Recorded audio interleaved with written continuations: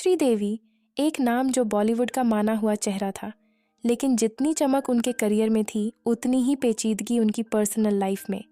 एक over bearing माँ, सख्त परवरिश और अपनी इमेज को परफेक्ट बनाने का जुनून, इन सब ने एक इनसिक्योर और पॉसेसिव इंसान बनाया जो अपने इमोशन से शायद कभी डील नहीं कर पाई।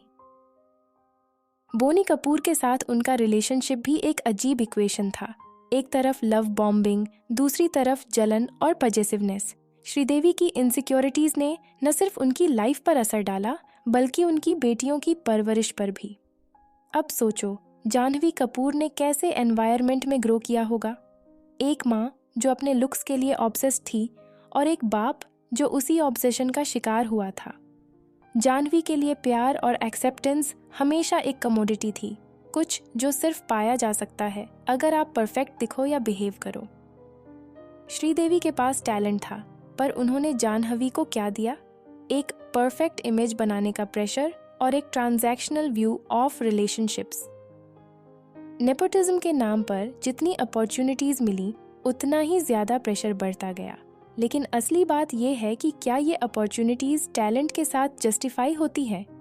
गुंजन सक्सेना और रूही जैसी फिल्मों में उनकी परफॉर्मेंस ने ये सवाल उठाया कि क्या एक्टिंग उनका असली पैशन है या सिर्फ एक पीआर ड्रिवन गोल। मैं एक दिन एक मूवी जरूर देखती हूँ। It's like therapy for my soul. Voice over. ये बातें अच्छी लगती हैं, पर जब ये नॉलेज और पैशन स्क्रीन पर ट्रांसलेट नहीं होती तो ऑडियंस को लगता है कि सब बस एक पीआर स्टंट है। आजकल के स्टार किड्स के लिए एक्टिंग एक साइड हसल लगती है। लुक्स, सर्जरीज और इंस्टाग्राम लाइफस्टाइल उनके करियर का मेन फोकस बन चुके हैं। इनकी परफॉर्मेंस कभी भी सेल्फ मेड एक्टर्स जैसे राजकुमार राव या विद्या बालन के लेवल तक नहीं पहुंचती, क्योंकि वो एक शेल्टर्ड बबल में रहते हैं जहां सिर्फ यस मैन होते हैं। Gym fit body, belly dancing और डिजाइनर आउटफिट्स आज के नेपोटिज्म स्टार्स का फॉर्मूला लगभग यही है।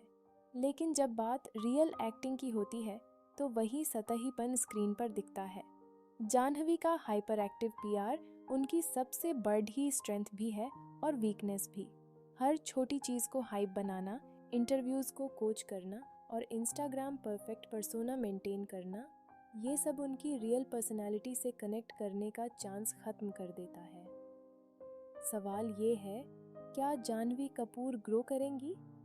क्या वो अपनी माँ के इन्फ्लुएंस और इंडस्ट्री के सतही प्रेशर से बाहर निकल पाएंगी, या फिर वो एक मैन्युफैक्चर्ड स्टार बनकर रह जाएंगी जो सिर्फ अपनी लुक्स और पीआर की वजह से रिलेवेंट है? इम्प्रूवमेंट तभी होगा जब वो ऑनेस्ट क्रिटिसिज्म एक्सेप्ट करें, स्ट्रॉन्ग स्क्रिप्ट्स चुने और अपनी ऑथेंटिसिटी ऑडियंस तक लेकर आए। लेकिन जब तक एक बबल में रहती है, ग्रोथ मुश्किल ही लगती है।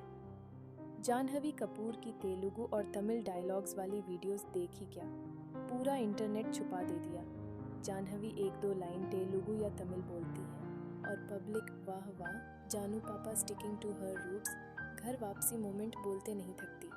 लेकिन अब सच्चाई तो ये है कि बस 6 महीने पहले वही जाह्नवी प्राउडली बोल रही थी कि मुझे तेलुगु नहीं आता। मतलब पब्लिक की मेमोरी शॉर्ट टर्म है या जाह्नवी के पीआर वाले बहुत तेज? देखो, हम मान रहे हैं कि उसने मेहनत की, डायलॉग्स रिहर्स किए, इंटोनेशन सही रखी और एक्सेंट पर काम किया। लेकिन ये बात भी तो समझनी पड़ेगी कि ये सब एक स्ट्रैटेजी है। अगर साउथ की पब्लिक को अपनी तरफ खींचना है तो लैंग्वेज बोलनी ही पड़ेगी, चाहे वो तेलुगु हो या तमिल। क्योंकि चलो सच बोलो, क्या कोई उन्हें साउथ फिल्मों में लेना चाहता अगर उन्होंने एफर्ट नहीं दिखाया होता? आपको याद है जब हॉलीवुड स्टार्स इंडिया आते हैं और नमस्ते इंडिया, दिवाली मुबारक बोलते हैं, लोग लिटरली पागल हो जाते हैं। जाह्नवी का ये तमिल तेलुगु स्टंट उसी का एक एडवांस्ड वर्जन है और होनेस्टली ये काम भी कर रहा है। क्यों? क्योंकि पब्लिक को बस ये दिखना है कि अरे ये तो हमारी लैंग्वेज में बात कर रही है, कितनी कनेक्टेड लगती है अपने रूट्स से। रियलिटी क्या है? वो श्रीदेवी की लेगेसी को स्मार्टली कैश कर रही है। लेकिन एक और बात समझनी जरूरी है, जाह्नवी के साथ ना श्रीदेवी का नॉस्टैल्जिया फैक्टर है। श्रीदेवी साउथ की हीरोइन थी, फ्लॉलेस तेलुगु तमिल बोलती थी और वो एक आइकॉन थी। पब्लिक उसकी बेटी को उसी लेंस से देखना चाहती है। ये कुछ नया नहीं है, बस अब तक ये नेपो बेनिफिट मेल स्टार्स तक लिमिटेड था।